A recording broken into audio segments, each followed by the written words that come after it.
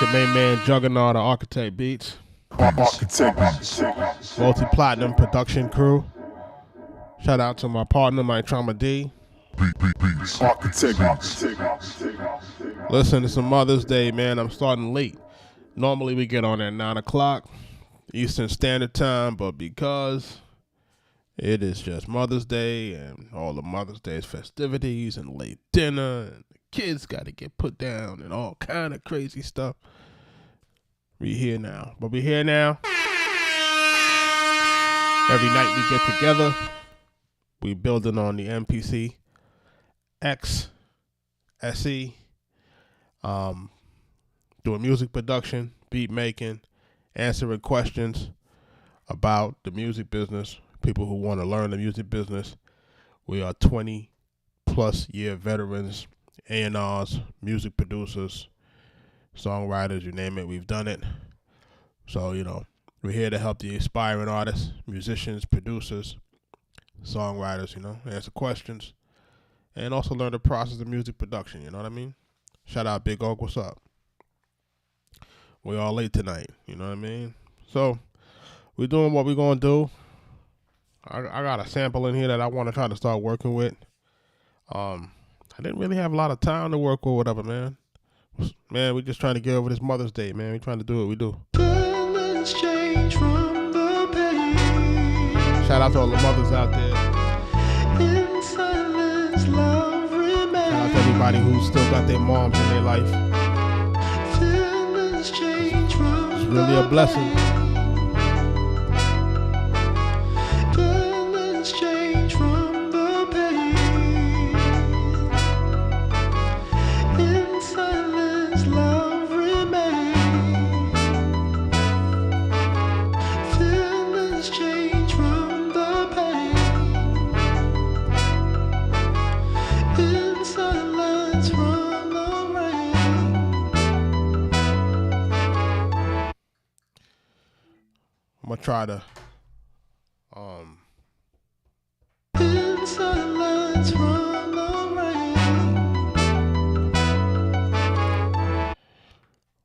I'm gonna try to do a I'm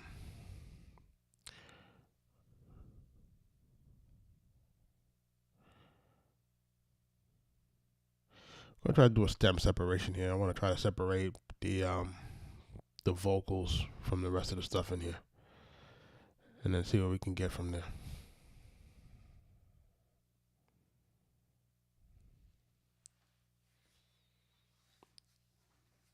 Shout out everybody that's jumping into the live.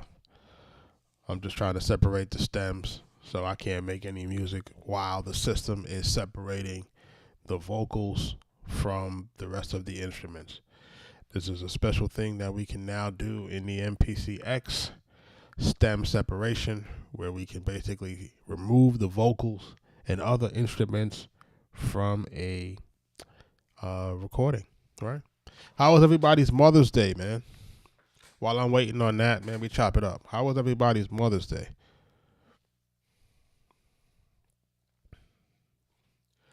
Mother's Day for me is always kind of, well, it hasn't always been this way, but, I lost my mom in 2018, man, so it's been a rough road, man, and then I recently lost my sister in January. So, shout out to my nephew, man. I know he's going through it right now. It's his first one without his mom's.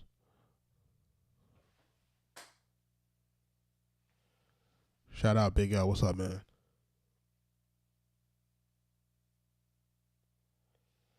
E Santana, what up, though? Yeah, man, it's rough, man. You know what I'm saying? It's definitely rough, man. But I always tell everybody who still got their moms, listen, man, make sure that y'all, taking them calls from your moms, man. Because when that phone don't ring no more, it's different.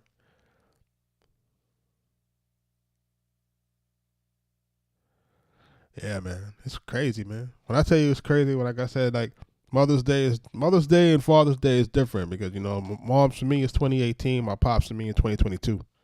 So for both of them to be gone within a 5-year span and them being married over 50 years, man, it was tough on me, man. But you got to keep moving. Hopefully everybody understands what's going on with that when we talk about like just pushing through persevering, being inspired, getting, this is, that's the situation with this music. You know what I mean? The music is supposed to help you power through this type of stuff, and that's what I tell people. Like, if you're blessed to do music, you can change people's lives. If you're blessed to do it, you know what I'm saying? So it's definitely something from a higher calling. I would always tell people, man, just come on, like, you want to learn, let's go. Like, it's SLS. So let's see what this sound like. That's with the vocal. That's the bass line by itself.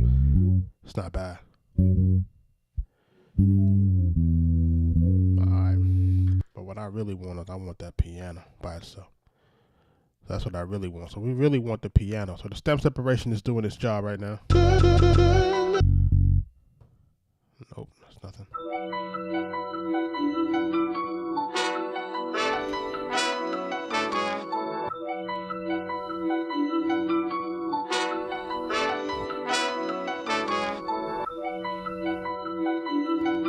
Yes, that's what we want right there.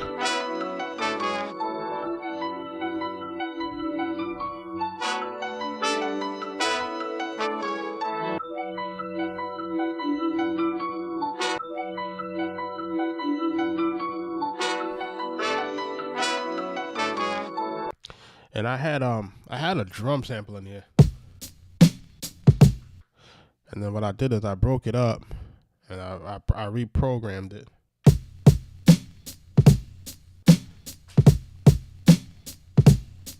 All right. So I had already did that a little earlier.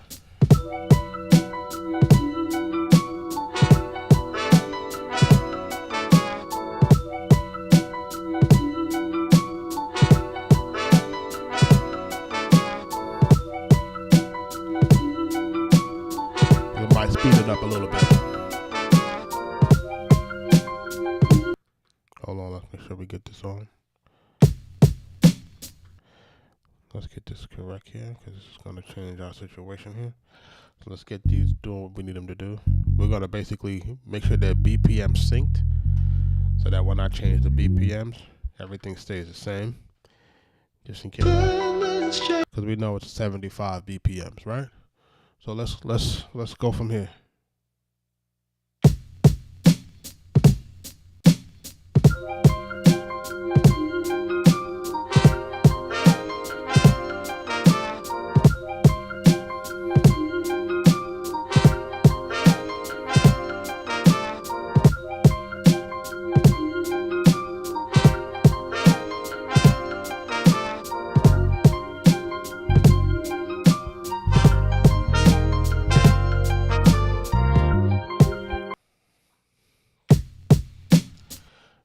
Now I want to beef these drums up a little bit. They sound a little light to me in the ass, and I don't really like my drums to sound like that. Hold on a second.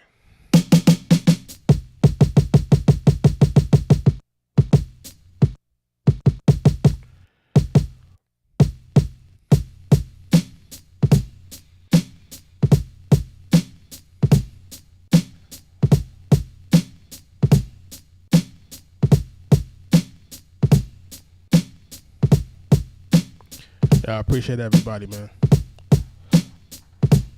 It's a Sunday night, man. I know people got to go to work in the morning, so we're going to make it do what it do.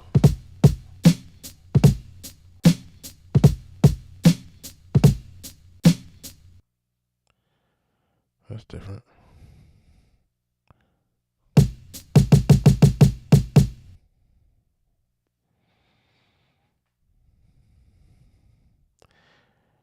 We're gonna use this kill EQ effect, and this thing removes all, like when I say it removes all the low end. Sheesh.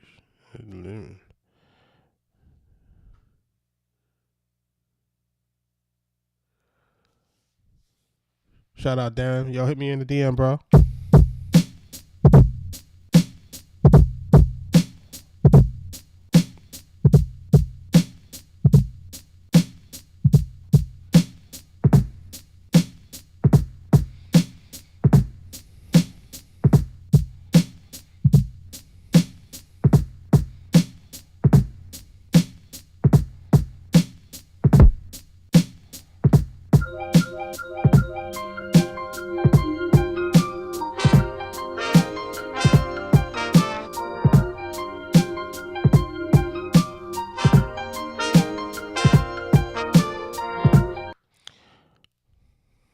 Let's get this in.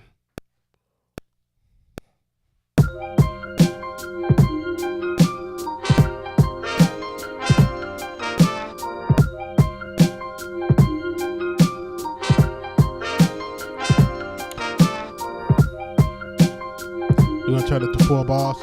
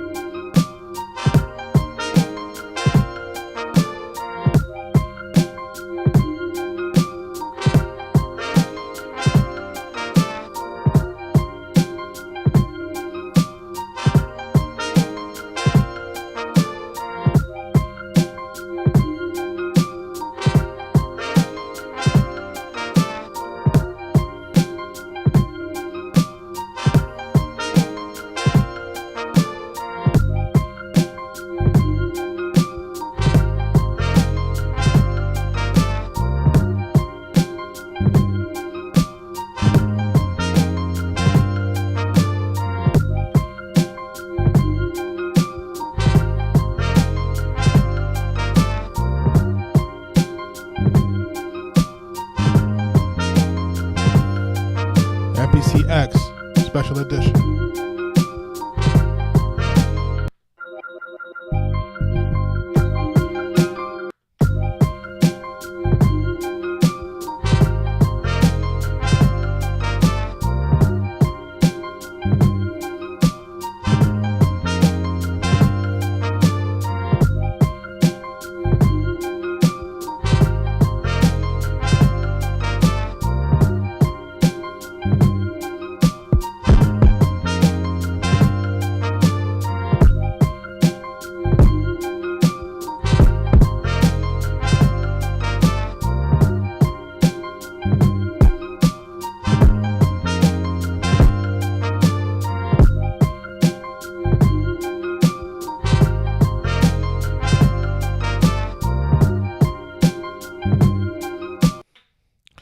I'm not liking how this drum is sounding. Hold on, I may have to change it.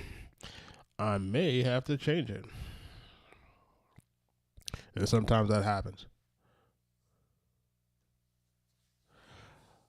For Big Pun, I co-produced me and my cousin, my partner. We produced Capital Punishment on the first album.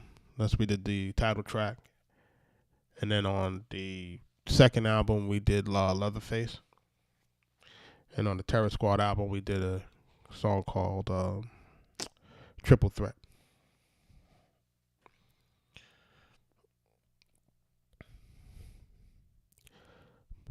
Rest in peace, Big Pun, man.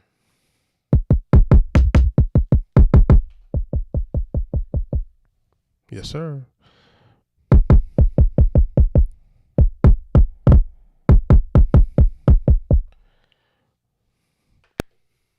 Salute, dog.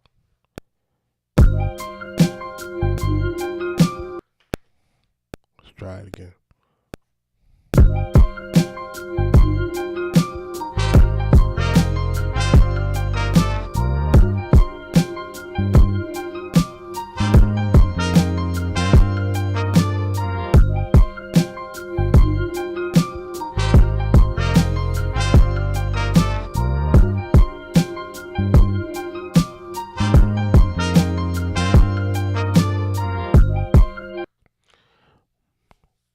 Before my parents came back, before we lived in the Bronx, my parents had retired to Fort Lauderdale.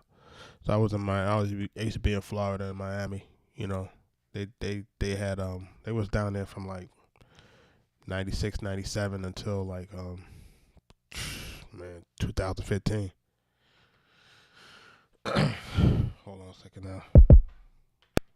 Get these drums right.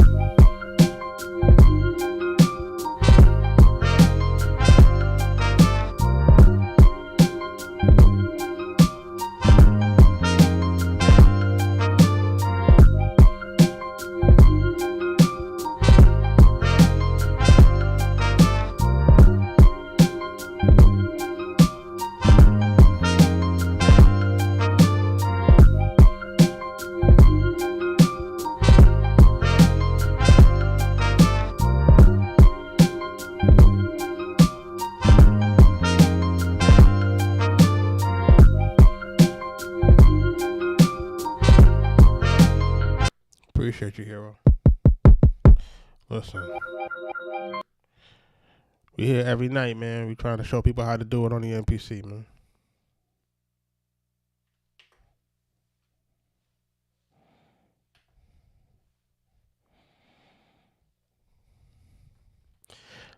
I think there's 2 more parts of this.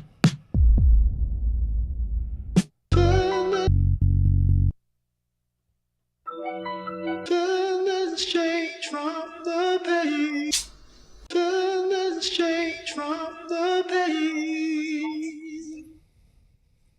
In silence, love remains. Change from the pain. Darren, make sure you hit me up in the DM.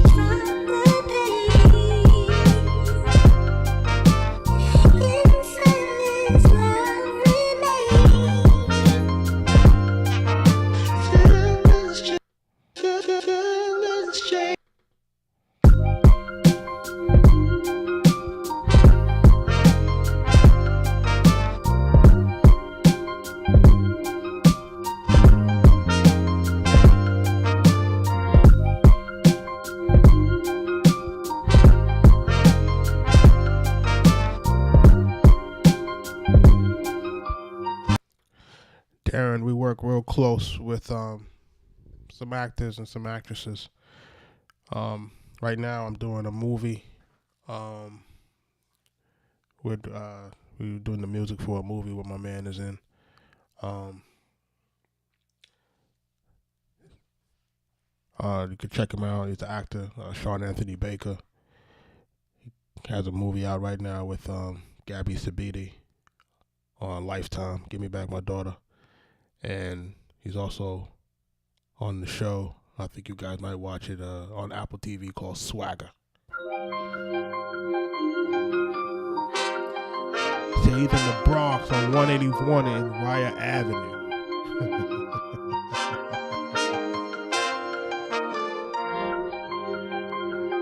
Bro, I'm from Gun Hill Road, bro. That's funny.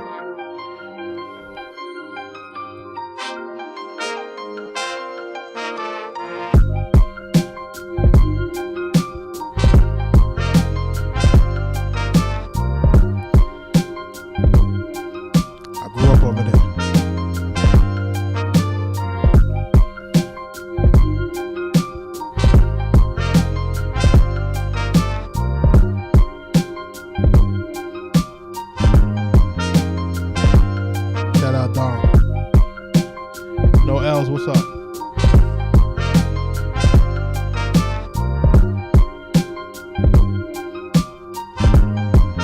E. Santana said he's been reading the book. He's learning that music publishing. Appreciate that.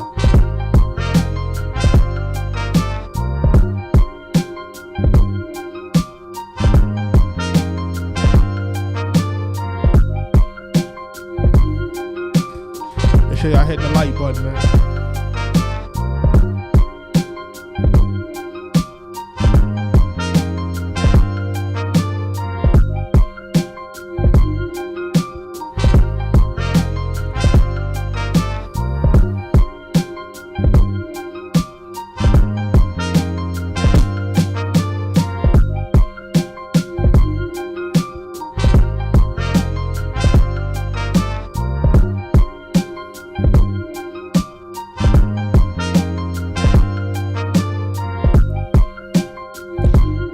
Dom said it gives him the Benny the Butcher feel.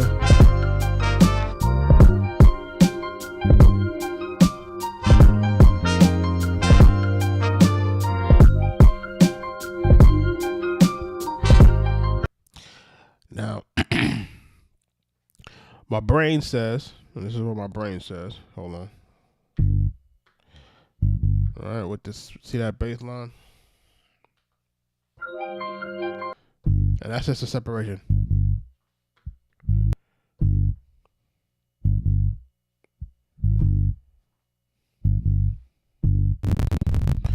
So my brain says,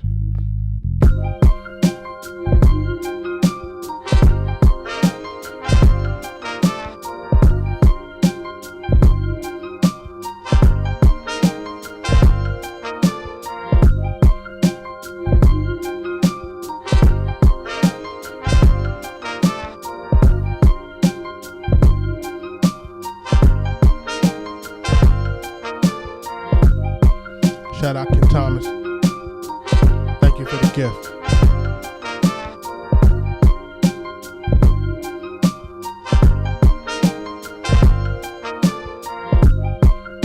If you see what we did now, we had a whole bass sample that we had extracted from the sample. And then what we did is we just cut it. You know, we didn't have to use the whole thing if we don't want to, so we can just have a certain type of groove. Now I do like what this sample is doing as far as the bass groove. That's a dope bass groove as it goes up and it slides and it goes back down. It's really a good loop. Like if you can ever get a good stem separation extraction like this and it's clean, I say run with it. You know what I mean? But for those folks who don't like to totally jack what's there, you have the option to cut or take the first note and you could actually replay the whole thing. But I don't know if you'll get it with the slides, because that's definitely like a live bass doing that.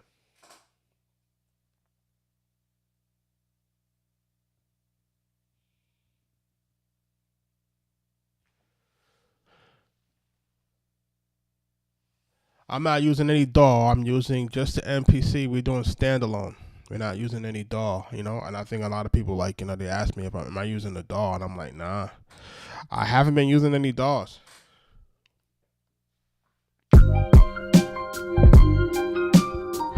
So what I can also do with this too is I'm going to normalize this sample.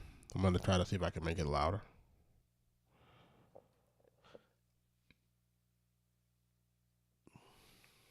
Can we do that? Can we normalize it? Yeah, that's going to make it louder.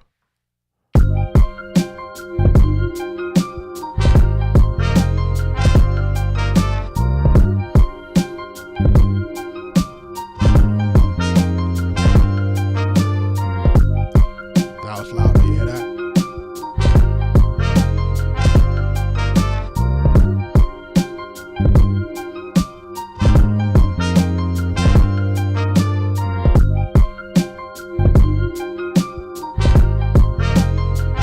Santana, thank you for the gift.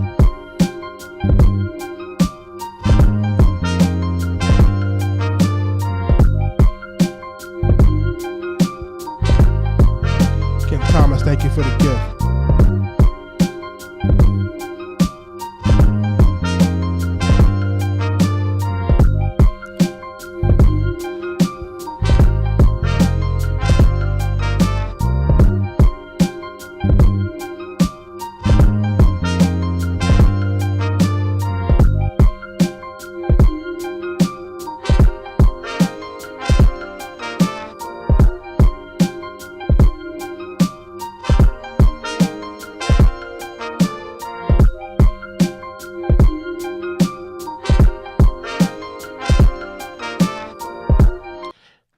And then also, we could do something else, right? Which is...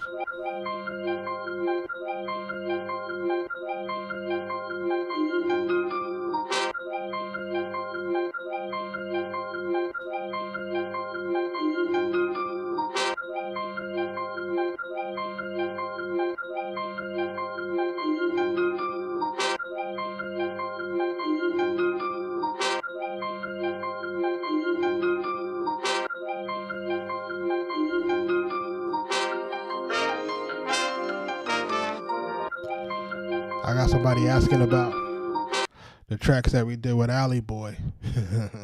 It's classic material right there.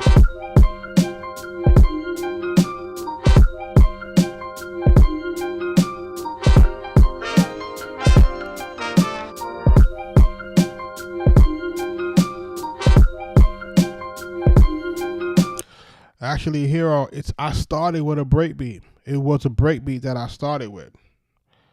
So it was a breakbeat.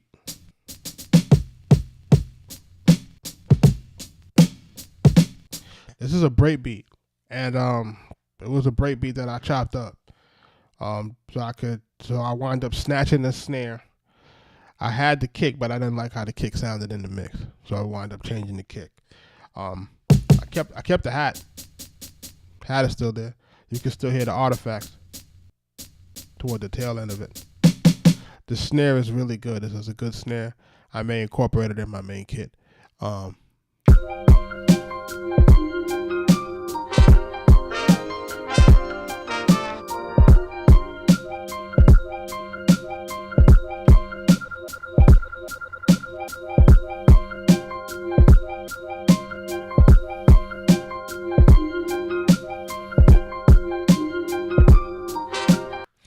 want to try something.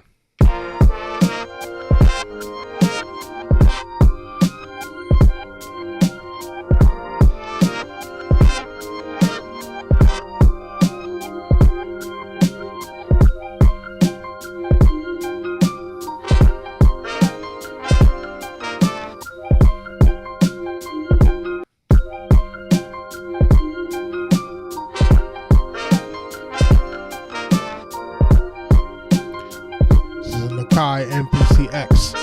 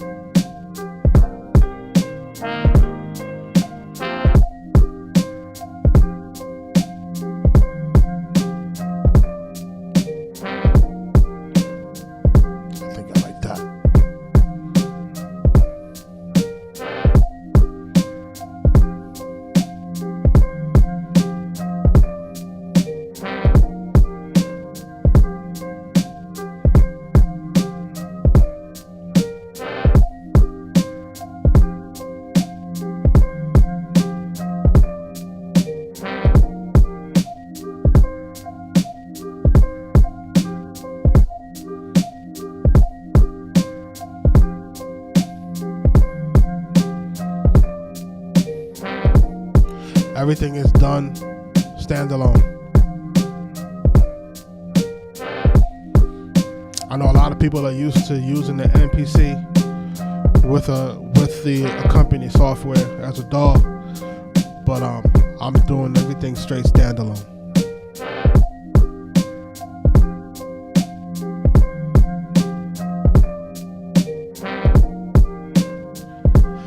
So now, if you notice what I just did, is I just put a plugin in to half speed the piano, and it gives me a totally different sound.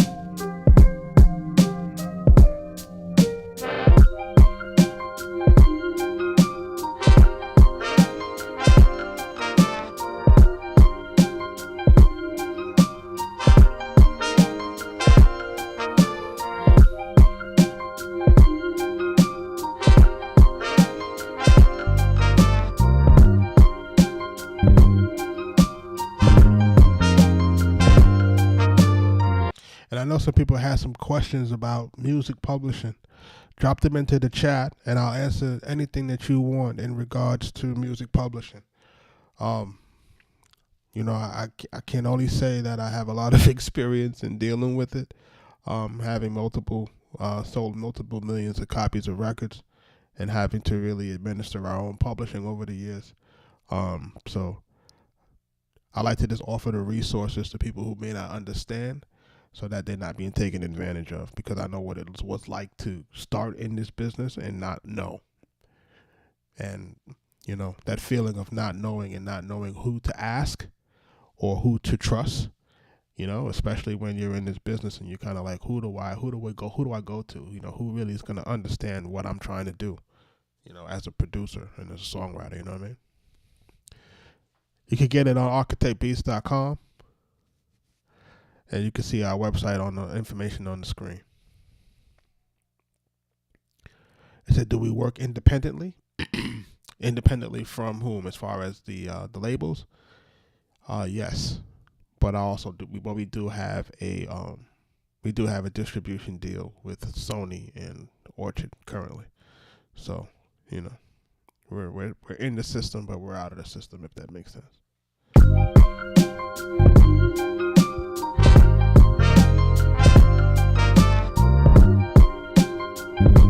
Shout out to Hero Beats.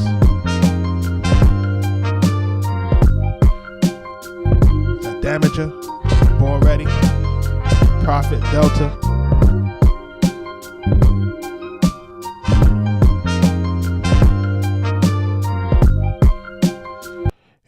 Hero, if you got beats, if you got songs that you produce that got millions of streams, then yeah, you definitely need to holler at us. Make sure you get that bread. His big hurdle is connection. It's hard to get the artist when you're not in the industry. Okay.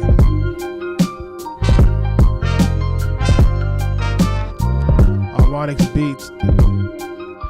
What song did we work on? We did Capital Punishment, and then we did Leatherface for Pun, and also Triple Threat on the Terror Squad album.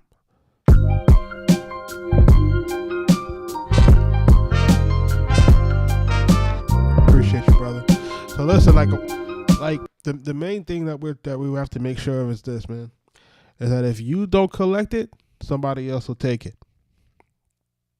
And that's how this thing works.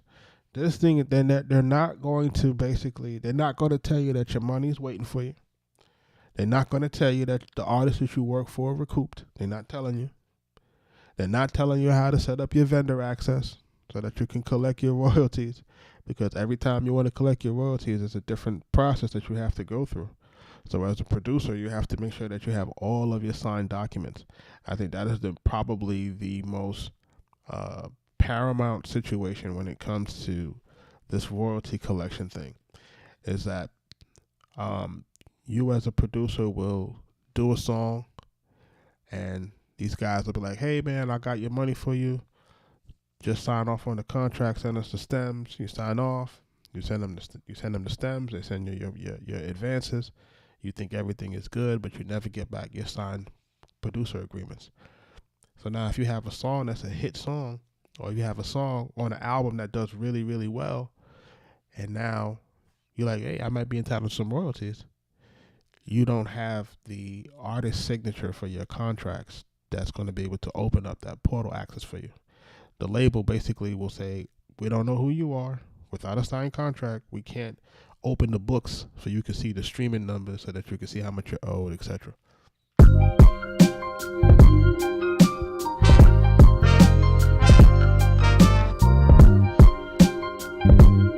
So it's definitely a game, and we have to make sure that we're playing the right way.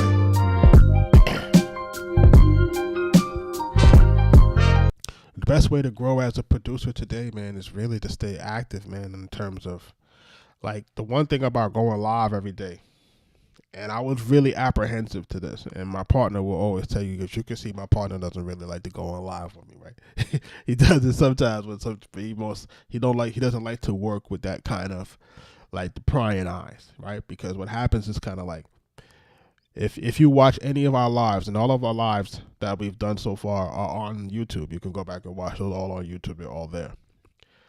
We cook up everything live, right? I cook up everything live, and what's happening is that the people who have been with me over the last few weeks, they're able to see the mistakes, and they're there to watch me figure it out, right? And at the same time, I'm able to explain what I'm doing. Right, so it's like, okay, what is he trying to figure out? Some people will say, well, what are you going to do with that sample, and what do you hear, and what are you listening for?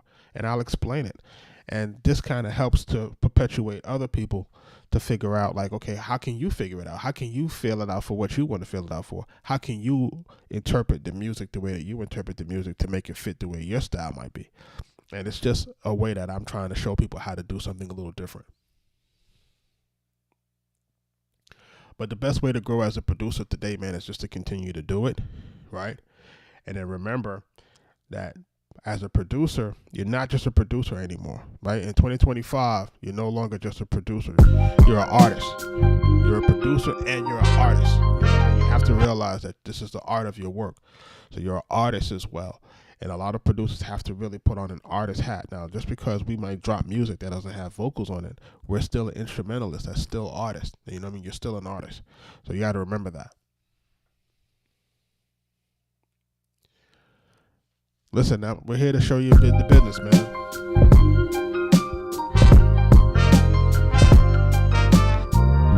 And I don't want people to get intimidated by this thing. You're not too old to start. The internet changed all of that shit, man. There's no more gatekeepers. The internet changed that. So the only thing that's really stopping you from doing anything is you. You know what I'm saying? Listen, production. See how you say Prophet says production can make or break a track. And see how he says that? But a lot of artists don't feel that way.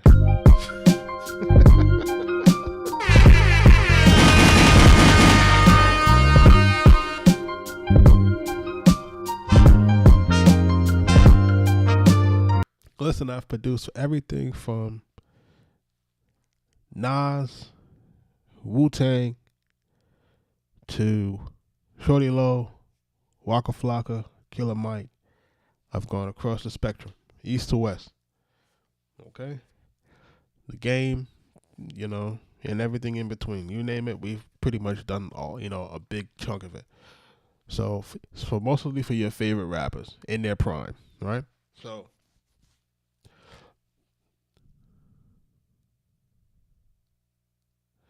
and look, you don't have to just keep sending music to different guys. You know what I'm saying? The truth of the matter is that a lot of our music, you have to realize is that when we work with Pun, we didn't know Pun was gonna blow up. We didn't know. You know what I'm saying?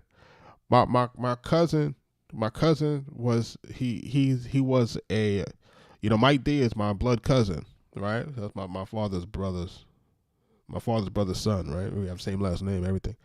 So, like, listen, he had an internship where he was part of the street team for Loud Records back in the days before he became an A&R. And, you know, he became an A&R through our production. And he brought home that first vinyl with Pun, was called You Ain't a Killer.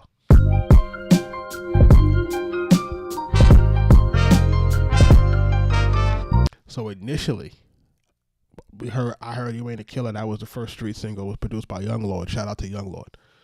And Young Lord is from my neighborhood in the Bronx. And he wound up getting signed to Bad Boy at the time as part of the Hitmen. You know, he was young. He did that 15, 16 years old. So he had produced that as a Killer, and I'm hearing this record, and I'm like, all right. I mean, but I initially I didn't know that he was going to really blow up the way he did, you know, because I hadn't heard the rest of the music. And then, with Biggie, and the whole thing with Biggie was kind of like, you know, can this work again? You know, big rapper, you know, Big Pun, you know, Notorious B.I.G. Can this work again? And my cousin was like, nah, he's dope. We put together these beat tapes. We used to call those beat tapes bash music. We got it to Pun, and Pun was like, yo, I like this particular record because, you know, it had the strong strings and Capital Punishment. I would like to make our music sound like a movie, you know? So the point that I'm trying to make is this. Every artist starts at the bottom and then they blow up, right? So as a producer, it's our job to identify who's going to be the next one, right? So when we were working with Alley Boy, people didn't know he was going to do his thing. People didn't know, I mean, when we were working with Freddie Gibbs, that he was going to do his thing, right? We did early Meek Mill. I can show you the track that I show you that we did with Meek Mill. You'd be like, wow, I can't believe it. It's right before he signed the MMG, right? So it's like you have to be able to identify that talent, and you have to be able to catch it on its way up. You know, if you're an aspiring music producer, because once a guy gets too big, you know, they're Hollywood. You know, you can't really get to a guy that's Hollywood. You know, but you know there are some artists that are very hungry in the beginning, and you have to identify those artists that are hungry. So this is the whole reason why I'm doing the lives. Is we're doing the lives and stuff like that is because I'm trying to make sure that we're putting this music out. I'm teaching people. I'm showing people who we are. I'm telling people what's going on, and I'm hoping that in that case we can find those next pieces of talent. You know what I mean? That's not corrupted by the industry.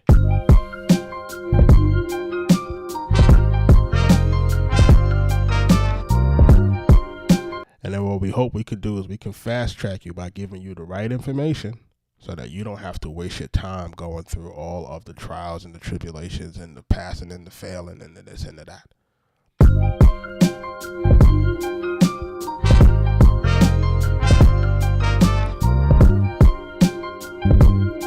Yeah, so if you got an artist, that you're working with, you know, you want to build that you know, you want to build that relationship with them, man. You know what I'm saying?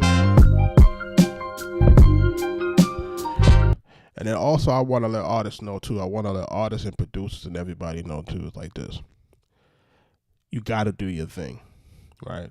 It's like there are people that are willing to help you, but they got to see you helping yourself.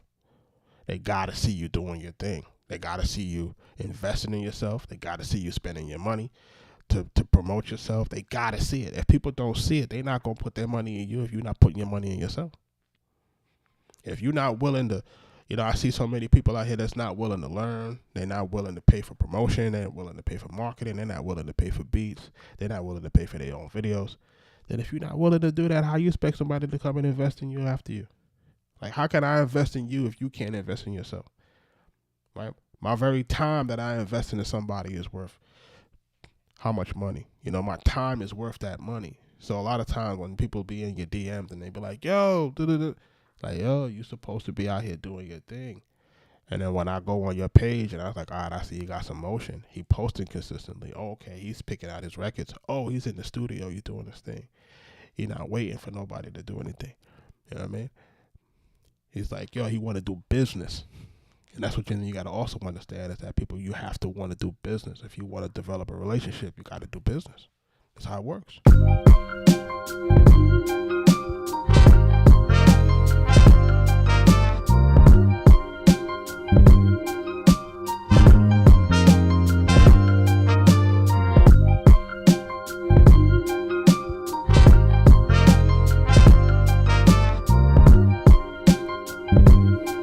We hooked up with Eldorado Red through Alley Boy, man.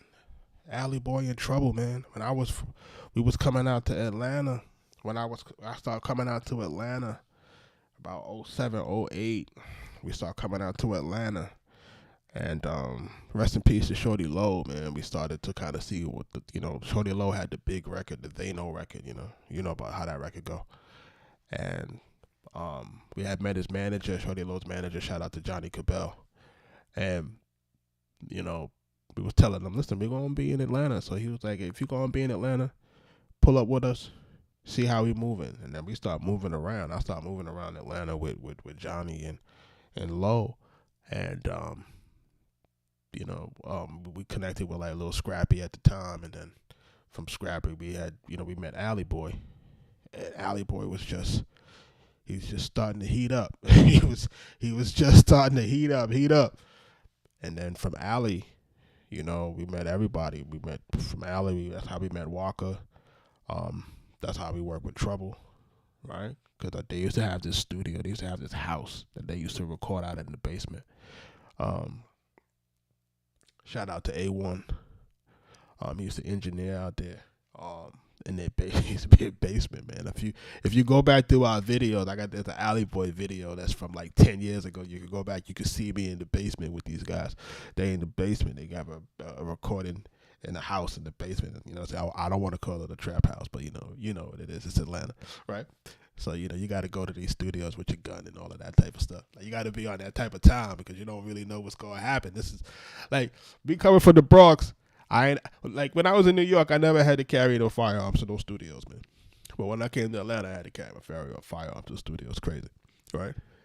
So it's just like, yo, and then you just start meeting these guys, and then Alley Boy had a album release party at I forget the name of this. It used to be called the Old Lucky Lounge. He had that. He had an album release party. DJ Khaled and was there. He was like, Khaled was like, oh, I should have signed him. He was big, man, at the time. And then I wind up meeting El Dorado Red through there. But then my partner Mike Trauma D had basically made a connection with him, was sending the music.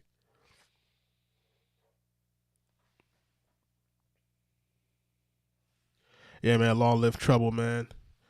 When we first met Trouble, man, we knew he was a star, man. We knew he was a star, man. Like, we knew it. Like, you could see it. You could see homie and see that homie was a star, man. You know what I'm saying? You could just look at him and be like, okay, this guy is a star, man. You know? And that's how you got to identify your talent, man. You know, some people just have that aura, man.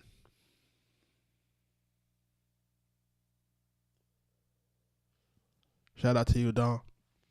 Let's play this beat out.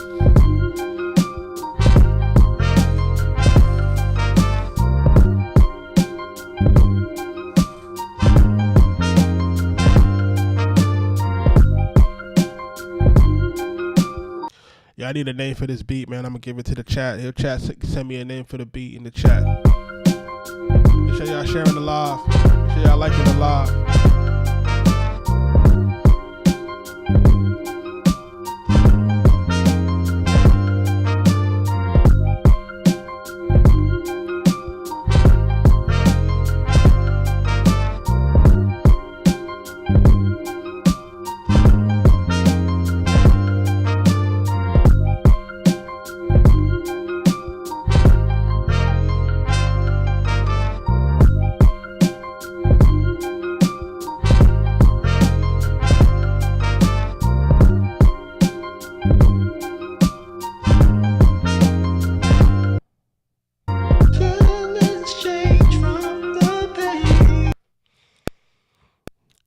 Need a name for the beat, chat. Change from the pain.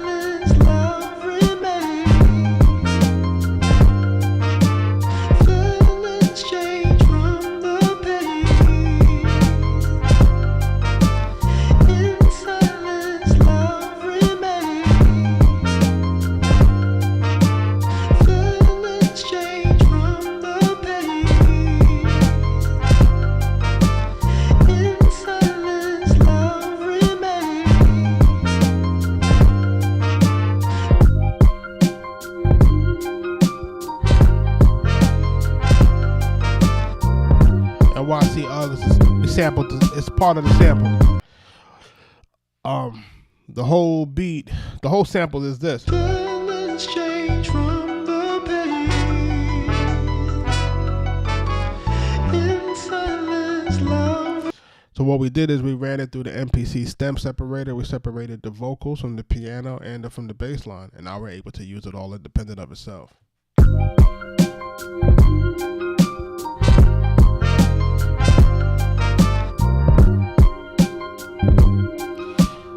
Some of the names I got is Manteca Flows. I kind of like that. They kind of got like a Ghostface thing. Womack J says Remnants. Indian and nothing says Write It on the Wall.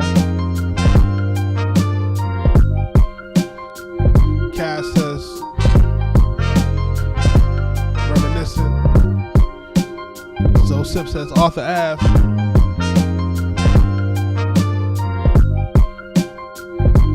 No L says fair exchange.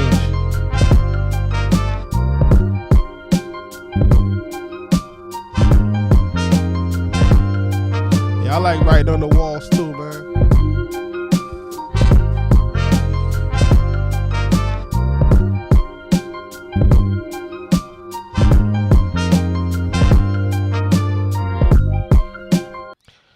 That piano is fitting my Mother's Day mood right now, man. I ain't gonna hold y'all.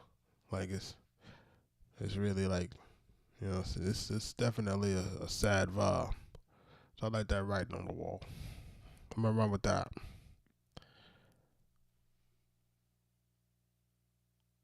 Shout out to Indiana Nothing, man. Writing on the wall, it is.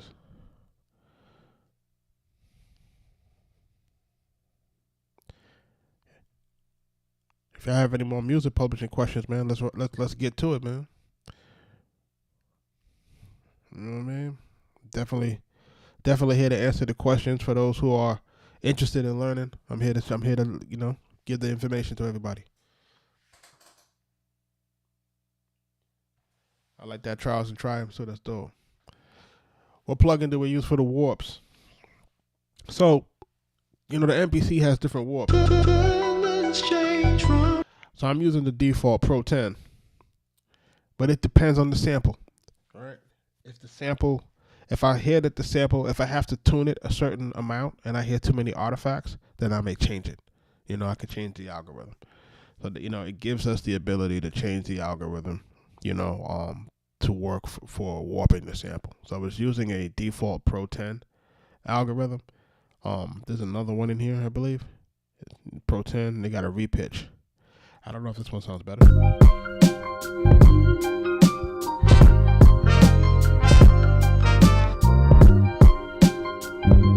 Listen, the stem separation, it depends on the sample, my brother. I ain't gonna hold you. There are some stem separations that come out horrible, right? In my opinion, and I know I'll get a lot of flack for this, but in my opinion, the stem separation that's in Serato is superior. That's just my opinion. All right.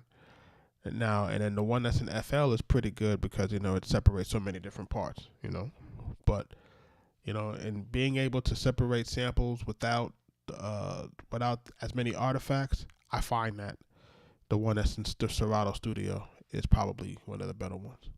I haven't tried the Logic one, right? So I use FL, I use Serato Studio, I use the MPC. Mike still uses a combination of the MPC and machine. I have a machine, but I no longer use it. What version are we at of FL over here?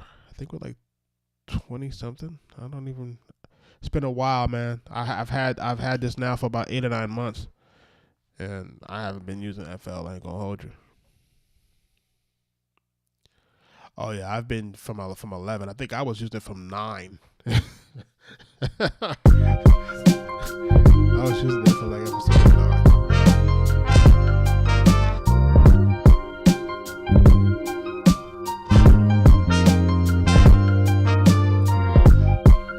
I had the first generation machine. The first generation machine doesn't work with any updated computers, and that's what makes me so angry.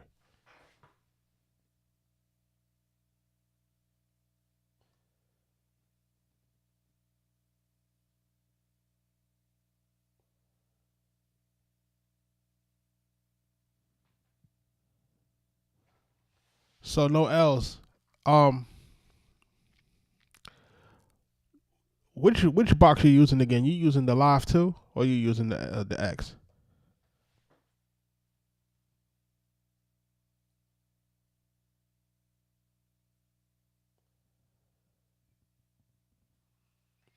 Yeah, man. Okay, you said the One Plus. Question: does it allow you to update the internal memory or no?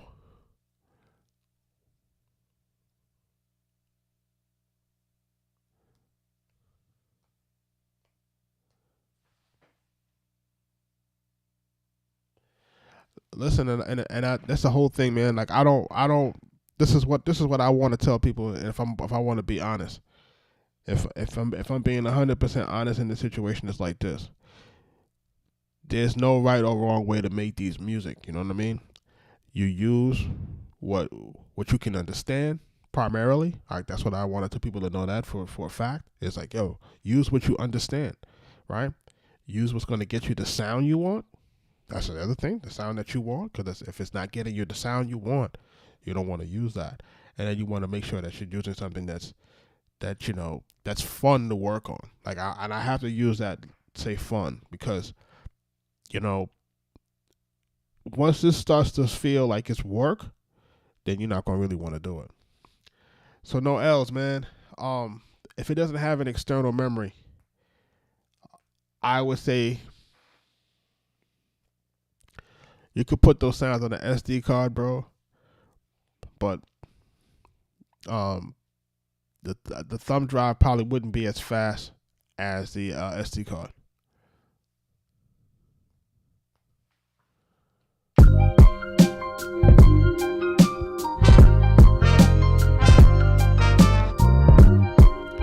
And Steven says, don't do too much to impress other producers. And that's what, and when I'm in these lives, I try to preach that. Like, I'm not making music for other producers. And if I am, right, then you would never sell any beats. you would never get any placements. You know what I'm saying? It's like, because what impresses other producers is mechanics and, switch ups. And like I have that music that's like that's like that raw music, man. Like like you have to have that sometimes, but the majority of artists can't handle it. I mean, if I'm being honest, artists don't like all that busy music. I'm just trying to be honest. Like they don't like it. They want music that breathes. In some cases, you're hearing music that don't even have switch ups anymore. Some music don't even change between hooks and verses anymore. So less is more right now in 2025.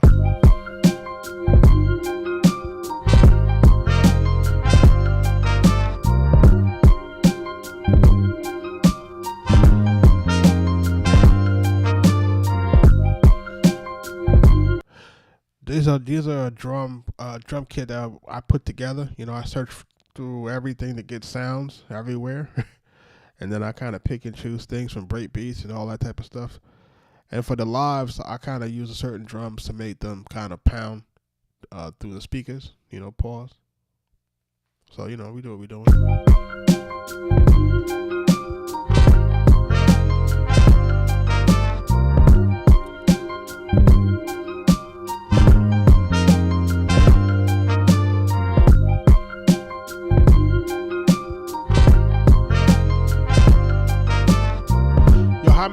I need to know how many producers are in the live, how many songwriters and artists are in the live, right? And then how many, like, just say miscellaneous musicians or engineers are in the live right now. I'm trying to get a feel for who's in the live, because I see some producers and I just want to make sure that there's artists too.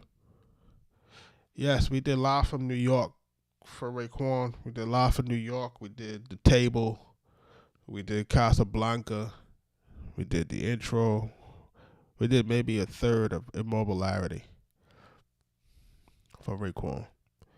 And then we did a record with him and RZA for, if you remember that movie that they were in, that had Allen Houston from the New York Knicks that they wound up killing him. That movie called Black and White. There's a song called It Ain't a Game.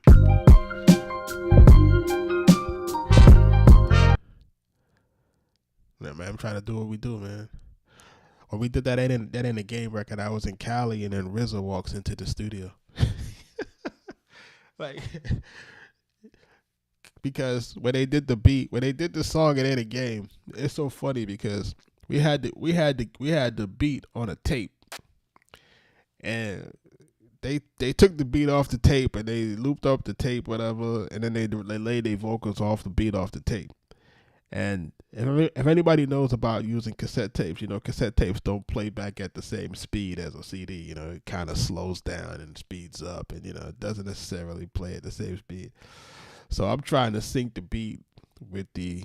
I'm trying to sync the beat with the ASR, and I'm trying to lay down the track, and I'm in there trying to lay down the track. We was in the studio in California called Track Record. Shout out to those cats in Cali, you know. Shout out to Raekwon and Power for taking me out there into California, man. You know, those California days was crazy.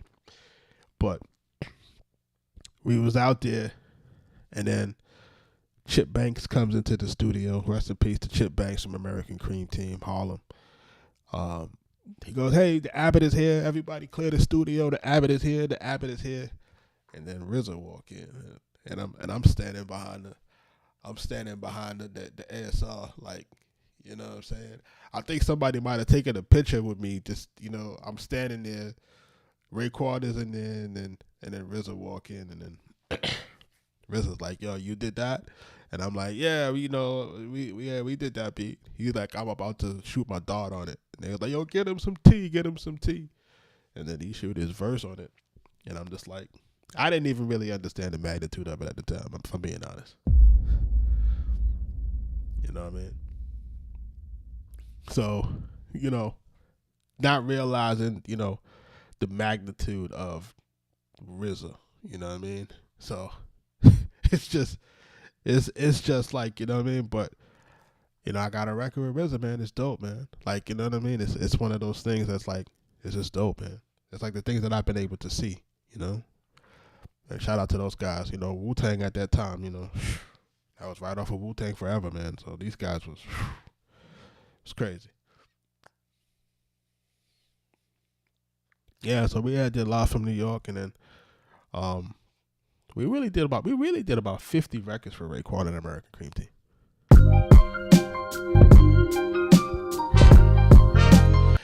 Some Cass says what he loves about making beats is creating something that don't exist in today's existence.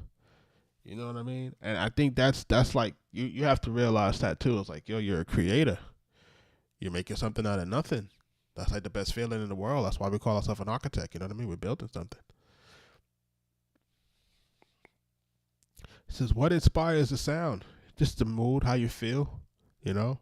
I'm trying to get away from doing so much dark music, though. You know, it was a long time we would do a lot of dark music. We were doing a lot of dark music, man. Like, it's crazy.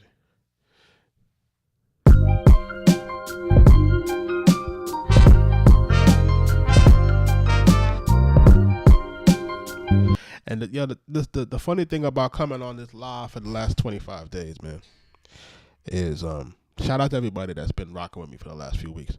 And I'm gonna make sure that I start a private group so that I can see more people, and, you know, after I get off the lives, like, go from, you know, we do live and then take it to a private area where we can, you know, talk more free. But the lives kind of helped me to get out of the shell, right? Because again, I'm a lot of people who are like, yo, you did Max B, you did this, you did that. We didn't know. It's because me and Mike are private guys. And we've always wanted to keep be anonymous when we were doing our music. I'm not gonna hold you. We wasn't really big time trying to, you know, we were trying to blend in. If I'm being honest with you, I try to blend in. I wasn't telling nobody about nothing. You know what I mean? We just collect our money and we keep it moving. You know what I mean? The people in the industry who know us, but, you know, outside of that, we wasn't really trying to be like all up in the camera and all that type of stuff. That's not stuff that we try to do. But, you know, now it's a different time, and I want all artists and producers and everybody that's trying to get into the music business to understand that now is a different time. Is that, you know, think about it. Between you and your favorite artist, you're a DM away. Like, literally. You know, like, you know, you're a DM away. You know, if you send a DM at the right time, or you you comment on something at the right time, you know, for all you know, people be in your DMs. You make the right piece of content. You know, like that's the difference. You know, so I encourage people to really get started, man. I encourage people to take the time to learn, man. You know, we didn't have any mentors. You know, so we're creating this platform so that you can have that, you know.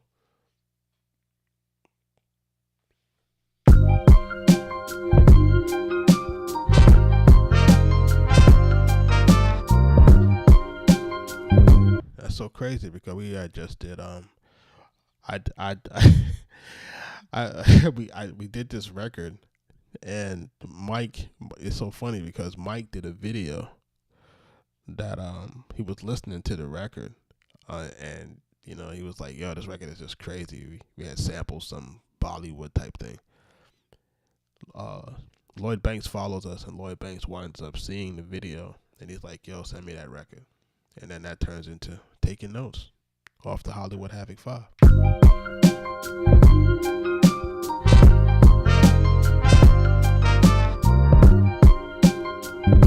So you see, I got the same story you got, hero. It's the same story, man. You DM Lloyd Banks. He said he DM Lloyd Banks, and he responded, and he hopped on one of his records. That's how it worked. Like, that's really how it worked. It's like, this is the internet now, man. People gotta you gotta get out of your feelings. You gotta get out of your shell, and you gotta get out here, and you gotta put your stuff out, and you gotta just let the people tell you what they feeling, what they not feeling, and then try to get better. And as you continue to get better, things will improve.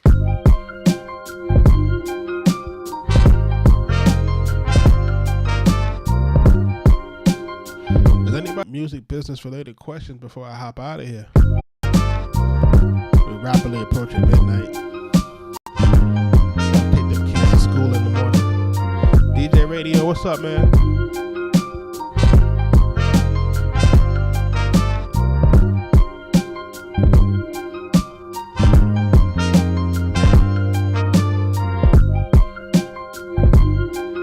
Shout out to everybody that likes the live. Shout out to East Santana, no L's.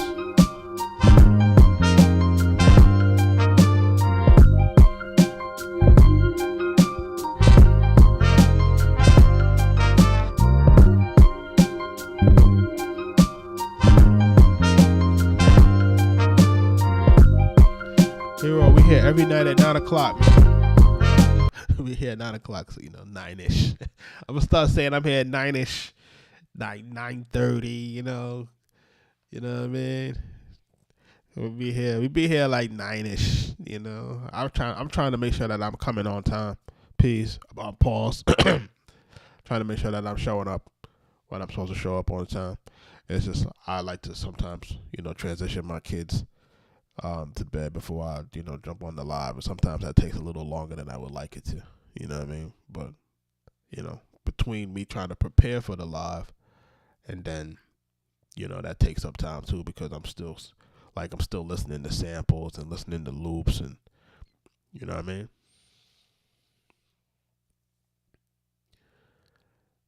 Yeah, you know what I'm saying? Just set the notification so you can catch me on it. If you've missed any lives, you can see all of the lives they're on our YouTube channel at Arkatech Beatz. You can go check all of those out. Make sure you're subscribing over there. Making sure that you're following over there. And then I'm going to start doing a bunch of other videos too, which is going to start really breaking down the books. I want to start breaking down like really everything as it relates to music publishing. To really start breaking down stuff as it relates to copyrights, etc. And we were using the podcast for that. But what I start to realize is that depending on how I do it, folks may be feeling like it's like a lecture, you know what I mean? It's like they be feeling like, oh my God, like it's just, it's like a lecture, and then people don't really like all that. Like, people don't like to learn that way. It's really weird, you know what I mean? So what I probably want to start doing is I'm going to start using our real life examples,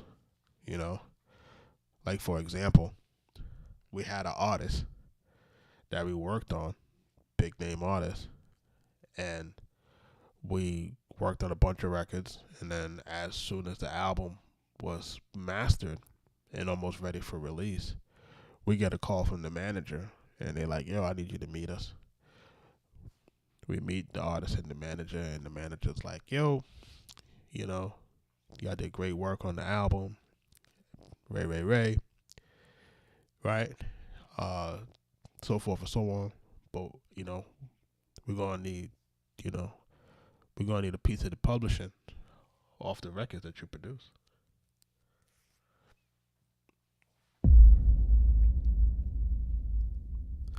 So now I would ask you, and everybody that's in the chat, if you work with your favorite artist and you had some records on their album that's about to change your life, and then the artist asks for some the publishing in return for giving you the placement, what do you do? Tell me what you would do in the chat. Chat, tell me what you would do. I could tell you what we did, but I want to know what you would do.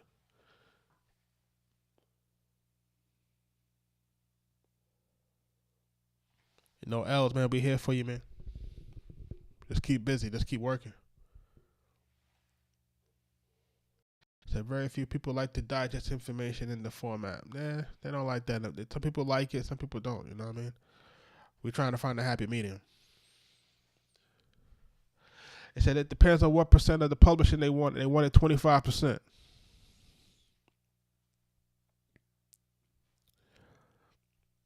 They wanted 25%. He said, Hero said that's a lot.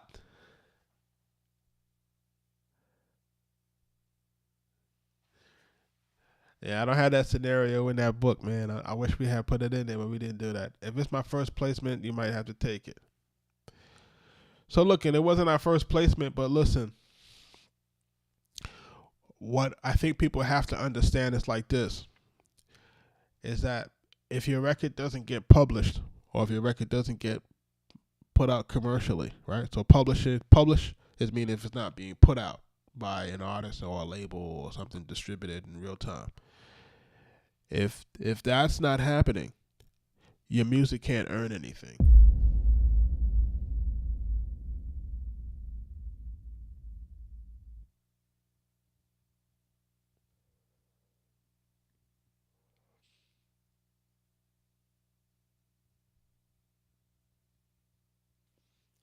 Yeah, that's me and my cousin, man. But they might as well be my brother. Yes, we're still a production team. That's why it's it's funny because if you're watching me on YouTube, you can't see the banner. I have a banner with both of us on the vertical on TikTok. So for those that are on YouTube, you can't see it. But if you go into my YouTube Shorts, then you would see the banner that would have me and my cousin on everything. That's me and my cousin. We're connected at the hip, man. We're blood cousins, man. Ain't nothing changing. We've been doing this 20 years. You say you guys are established. You would take that deal. Listen, we had to take the deal, man. We had to take it, and let me tell you why you had to take it, because you couldn't take the chance. Like, think about it. Yeah, you got to take the deal because, if your records get pulled off. Now, listen, what we could have did. I mean, I'm going to be honest. What we could have did, we could have stonewalled and we could have said no. Or we could have said, hey, we're going to think about it, right? Because we could have did it. Because what happens is the record was already mastered and was already turned over to the label. So we could have just said, we could have just stalled or whatever. But, it's the relationships. So in order to keep that relationship open, and not only that was that relationship led to so many more records, and then it led to writing credits for the rest of my team. Right, my whole team had writing credit at the time. So at the time, it wasn't just me and Mike. It was me, Mike, and then Sean Anthony Baker at the time when he was a writer and a producer before he turned into an actor. He was, writing on stuff, and my wife was on stuff. Like, I had had everybody in my campus getting a piece of that cheddar right there. So, we had to kind of capitulate, and we had to kind of say, okay, you know what? You have to really think about it like this. I'm the artist, right? I have an album of 10 songs. And the album that I'm making that has 10 songs, they're worth X amount of dollars, right? To not only to me, but to the label. So if I take a record from you and you're on my album, I'm giving you a portion of this record or a portion of this pool of money that I'm going to earn. Right? Nothing prevents me as an artist from producing it my damn self. Right? As an artist, I can produce the shit myself. Right? Now, it doesn't mean it's going to sound good, but I have that right. I have the budget. I can do it. Right? So now, A lot of artists don't want to take the time to do that themselves. That's why they go out and they hire producers, and then they say, hey, for hiring the producers, I'll give you a cut of the royalty pool. You understand? So now, if they're giving you a cut of their royalty pool, right, they're saying basically the only right thing for you to do is to give back to the pool that he's giving you access to. So you have to kind of look at it two ways.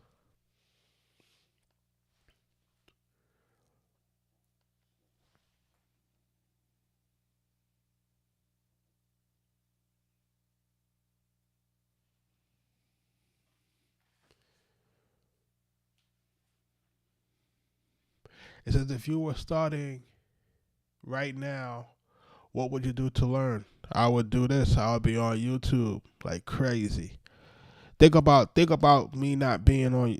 Think about me doing this thing in the late 90s with no YouTube, yo.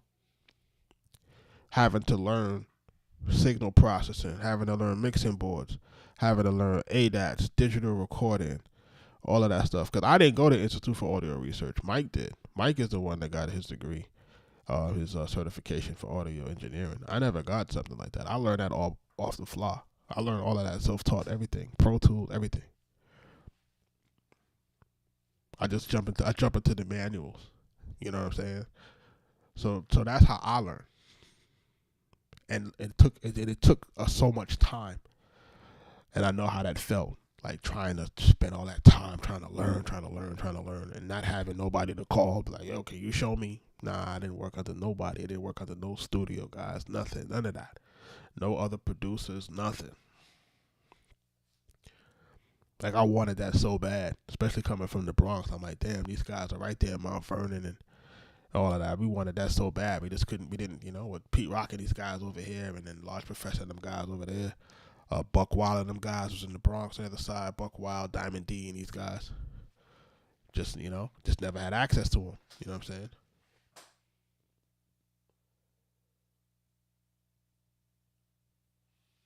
Appreciate you, Cool J. Yeah, man. I went to Iona, man. So I went to Iona College, man. So I know everything up there in New Rochelle, man. I used to be the stomping ground. I used to be up there crazy. E. Santana said he got a question. What's going on? Hit me up. Tell me, what's the question?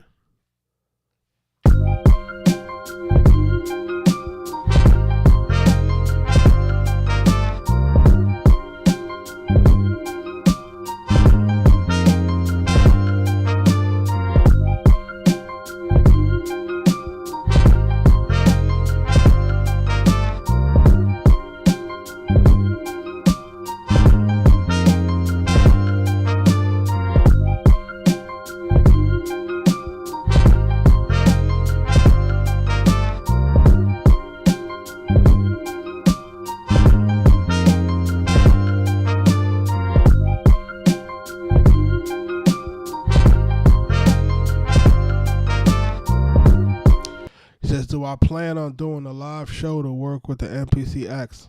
So would you be looking at maybe like a workshop, if that's what you're trying to say? Listen, for me, I'm willing to do any of that stuff. I'm willing to do it all if the time is available, man, to be honest with you. If I have the time, I'll do it. You know what I'm saying? If I got the time, and if the demand is there, if people really want that, if people really are looking for those type of things, then yeah, man, I'm there. I'm willing to do that because again, I know how it felt not to be able to learn, man. I know how it felt to be stuck on something like doing something like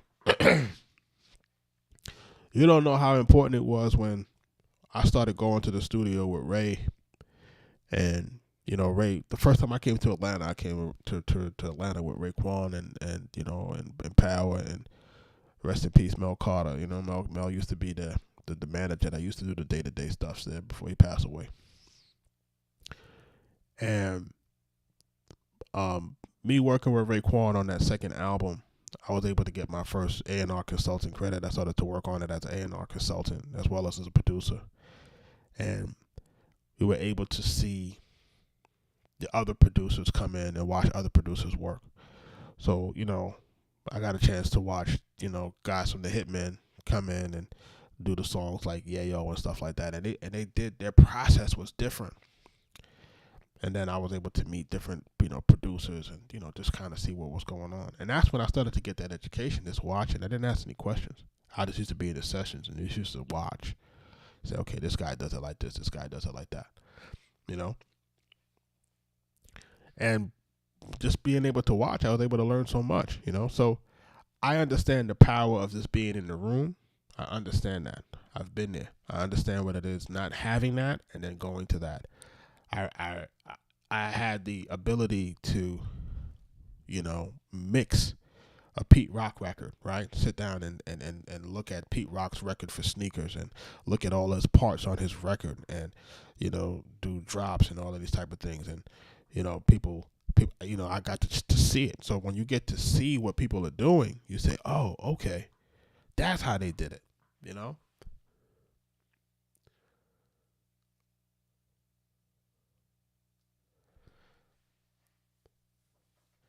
We try to do, when it comes to the mentoring thing, we try to do the one-on-ones, but those things have to be scheduled, and we try to make sure that we schedule those type of things and have those things documented, and just to make sure that nobody's, everybody understands that things will be confidential and that type of stuff. So if you go on our website, there is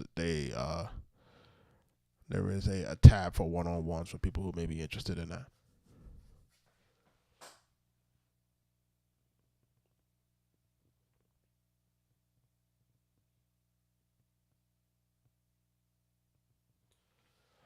Yeah, East Antenna.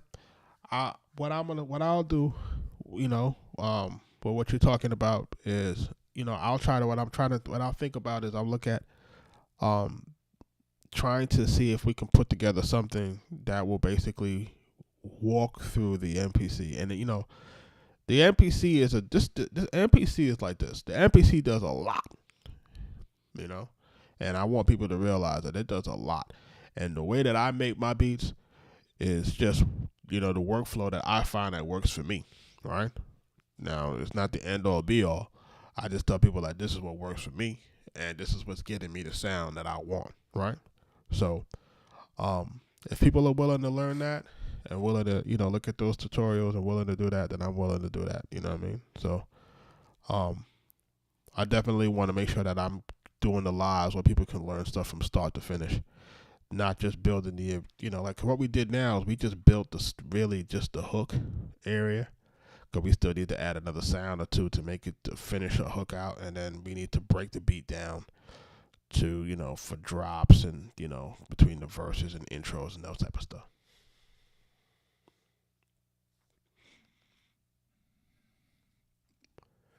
But here we're gonna be here every night till 9, 9ish.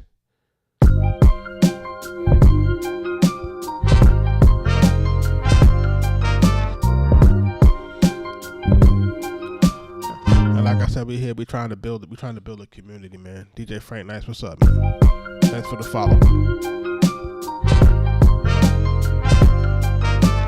Listen, I want to thank everybody that gave me any gifts, everybody that liked the live. I want to thank everybody that's following us, everybody that shared the live. Definitely share the live with anybody who wants to learn. Basically share the live with people who want to be inspired to try to make this music. And what I want people to understand too is like this. It's like, while we are doing music production, you have to realize and recognize that it's 2025. So you can't do music in 2025 without doing content creation. Okay? So for those who think that you can do music and not do content creation, you're in the wrong business. Got to put it out there. All right? You're in the wrong business if you think you're going to do music without content creation, right? And then the third thing that you're going to make sure that people are aware of too is that not only do you need to be able to make music, you need to make sure you can do content creation, but you have to also be versed in, social media marketing and e-commerce. All right? This is a new day. This is the only way that you're going to be able to control your destiny in this thing.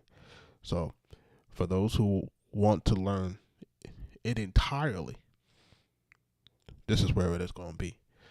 And I can challenge you that you're not going to find no other producers on the internet, no producers in the BeatStars world, no producers anywhere that'll be able to offer you that.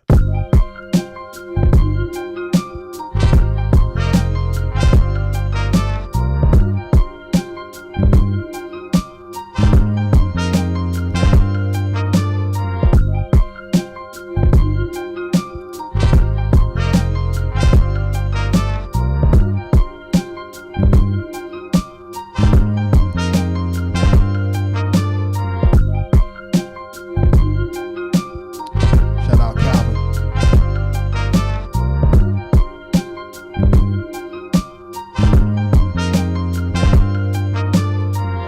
And so I don't want people to get intimidated when I say, "Damn, you got to do content creation." Like listen, we had to do content creation and social media marketing to get away from gatekeepers.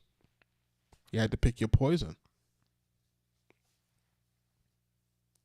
You said it's harder to make an uplifting beat than a depressing or sad one. Listen, depressing music sells so well. People love toxicity, man. Shout out to Calvin on that, man.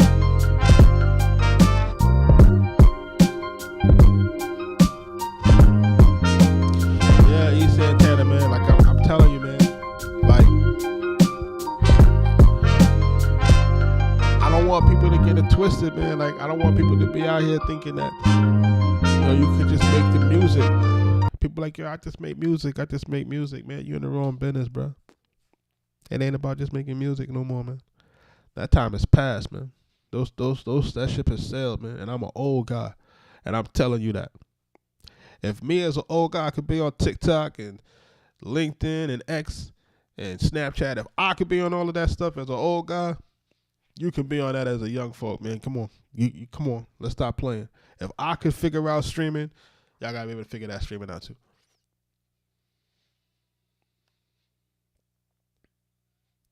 It depends on how you're feeling music. Some days it calls for gritty, some days more grimy. Like the joints that we did yesterday. Let me play the joint we did yesterday, man. Let me play that. The joint we did yesterday, that joint was popping. Who was in the live yesterday?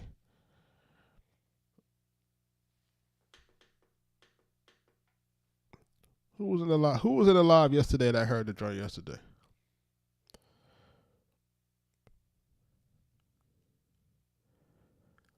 We did the joint called Almost Home yesterday.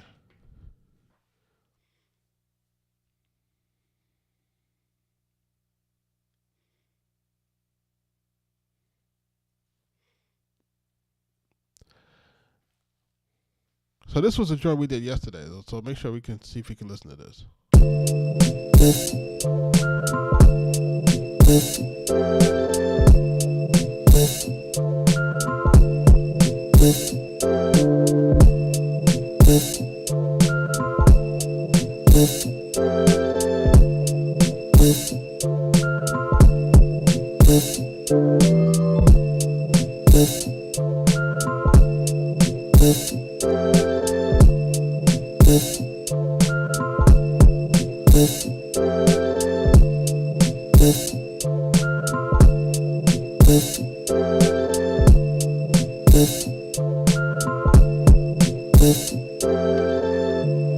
All right, hold on.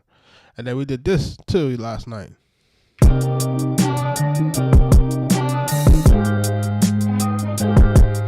as a matter of fact, this wasn't what we did last night.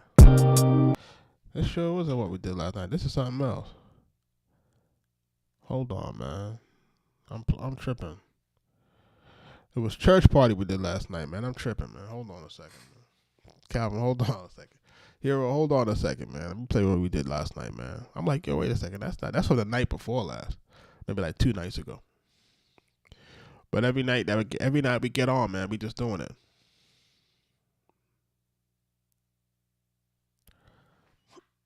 So this one we did called Church Party last night.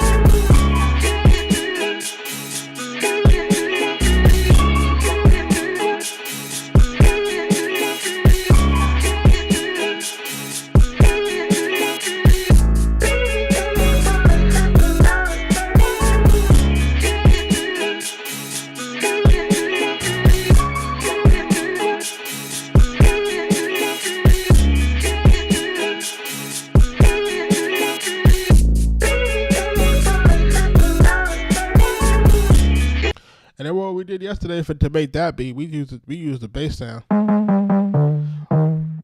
It was a part of the sample. We took one note and then we played that out, and we replayed the bass line, and then what we did is we added a piano on it to make it do a little bit more. Right?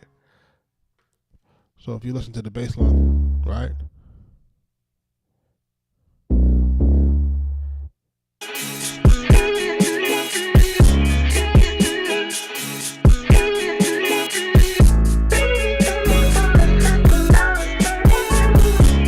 You know what I'm saying? So it's just different vibes, man, and just trying to do different things and trying to be, Prophet was asking us any tips for chopping up drum beats, drum breaks.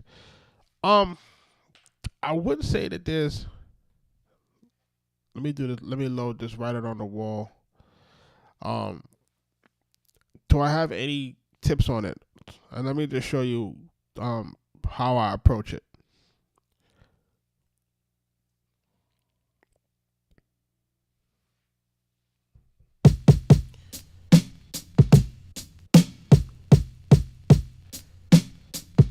Right?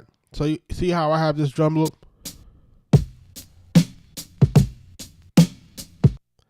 And then the MPC, it'll give you this thing that you can do, which I don't know if I should make this screen go down a little bit more so people can see it better.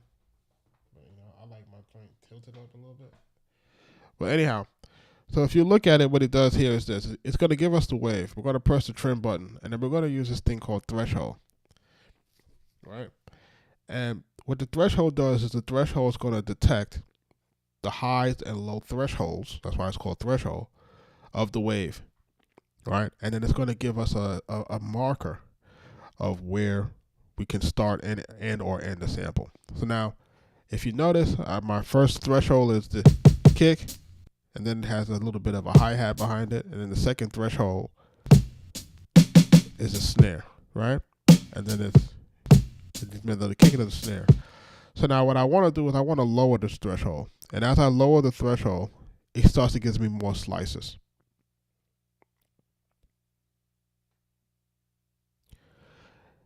And if you notice, I don't know if you can see the screen right, but what it's done now, we went from 4 slices to now a total of 10.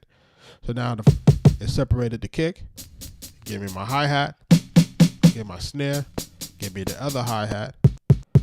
It gives me the giddy up for the drum, the other part of the drum, more hi-hat, more snare. So, right? Sometimes I unlink the slices so I can independently move them.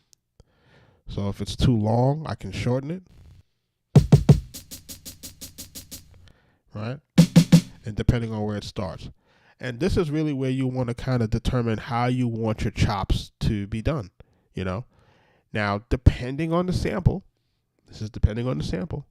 some chops will be cleaner than others. But this all depends on the sample. If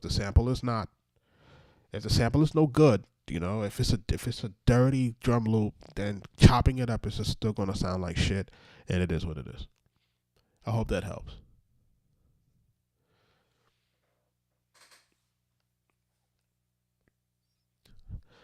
Listen, if you can make good drill music, man, make that drill music, man. Just tell those kids to stay off the street, man. I know it's hard, man. The streets, me personally, I like myself, some aggressive music, as long as it's dope, man. You know what I'm saying? And as long as it's not too crazy in terms of its negativity, you know what I mean? These days, we trying to keep things a little bit more positive,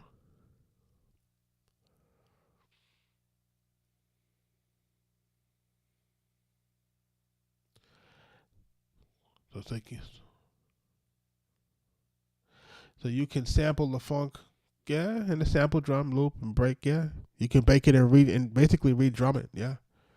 And that's what I did with this, is I took it and I re-drummed it. I took the snare out because the kick didn't do it for me. So I used the hi-hat and I used the snare in this particular beat.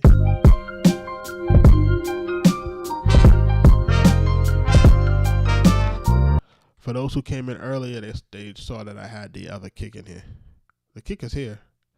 Here it goes right here.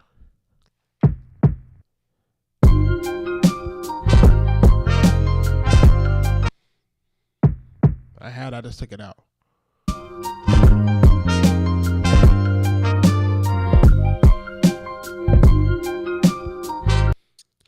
Listen, I ain't gonna hold you, man. For a long time, when I first came down, and I was when we first came from New York, and we were trying to transition and do trap music. Remember, we did a lot of that, Alley Boy, Trouble, that whole duct tape camp. We did a lot of that music, and Duct Tape Entertainment. Shout out Big Bank and them guys, Alley Boy. You know what I'm saying? But there was a lot of music that I just didn't like. Like, I'm not even gonna hold you. As a producer, I didn't like a lot of that music. You gotta realize, like, my favorite group is like Mobb Deep type. You know what I mean? MOP. That's my that's my shit. You know what I'm saying? Like, I shave my head because of Onyx. You know what I'm saying? Like, that's really what I'm on. I'm on that type of time, right? So, like, when you think about it, like, like, it was hard for me to really get into trap music in the beginning. It was hard because I was like, I didn't understand it, man. And we had to start going to the clubs, and I had to start seeing people really like vibe to this stuff. I had to start really going with my man. Shout out to Johnny. Johnny took me everywhere. Took us to Essos and took us to freaking, we was in Essos and we was in Figure 8 and we was in the Hood and we was in, this place and that place in Atlanta. We was everywhere in Atlanta, you know what I mean? And it just reminded me of the 90s hip-hop scene in New York, man, when I was going to, like, the Fever and the Muse and all of that, and the Tunnel and all of that. So the vibe started to come as far as the, the trap music. And, we kind of were able to kind of really encapsulate how that should sound for us.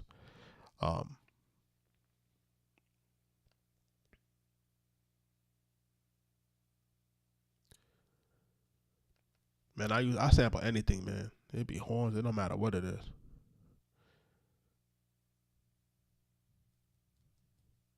Yeah, I sample anything, man. We do everything. Like, I do a little bit of everything, bro. Like, I'm not even gonna hold you, man.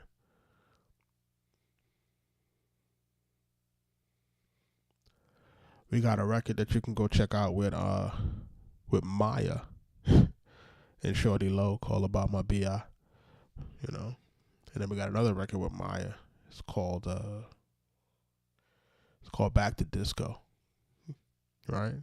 So just to give you an idea of, like, hey, man, we do whatever. We could do whatever, man. It's like, yeah, it's just what you don't limit yourself. That's all I'm saying. Don't limit yourself. And, as long as you don't box yourself in, then you'll be able to feel free and you can continue to do music. When you start to kind of box yourself in, then you take the joy out of it. And I was there for a long time where you take the joy out of the music.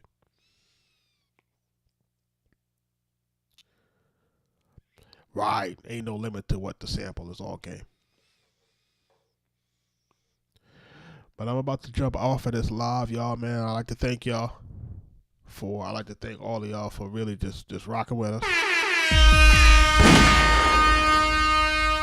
For those artists out there who are, if you guys know artists out there, we are doing limited licensing for artists who are looking to do music and do beats.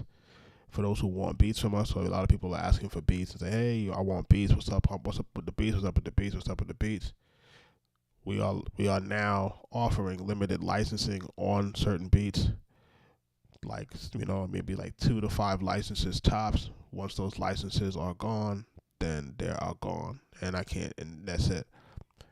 And the only thing that we're trying to do is we're trying to, like I said, build relationships with good artists, people who want to work, people who are not afraid to invest in themselves, and people who really understand that what we are bringing to the table as producers and entrepreneurs, you know what I'm saying? Because we really try to make sure that people understand that this is a business, and that you got to get with like-minded business people to elevate your business, you know what I mean? And pardon me. So you have to just make sure that you're willing and able to conduct business with your music, So I know a lot of people like, hey, I rap, I this, I that. Okay, we putting up the licenses now. We're putting the beats up. Grab a beat, You get busy, show us what you got. Let's go. You know what I mean? You know, once you get into our system of, you know, once you get into our system, when I say our system, meaning that once you get into our sphere of business, you know, once you're on our radar, then we're going to make sure that you're good, you know. So it's not just, you know, thank you for your money and then keep running, you know what I mean? Hero Beats will be here tomorrow, 9 o'clock, man. Just look out for us, man. East Santana, man, I see you, man. I appreciate you. Calvin, man, let's go, man. You know what I'm saying? That's what we're here to do, you know. And we'll be putting up new tracks up on daily. But like I said, once those licenses go, they're out of here. You know what I'm saying? So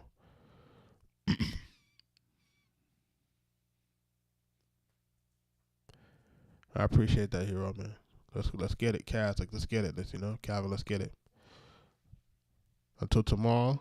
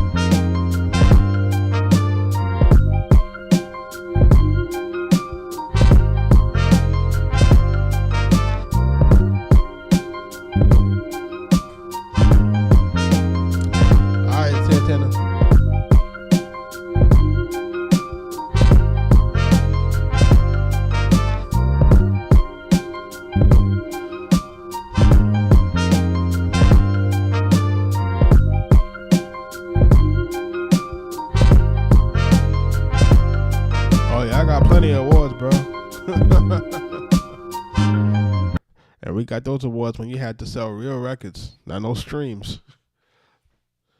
You know, got a few of those, man. You know what I'm saying?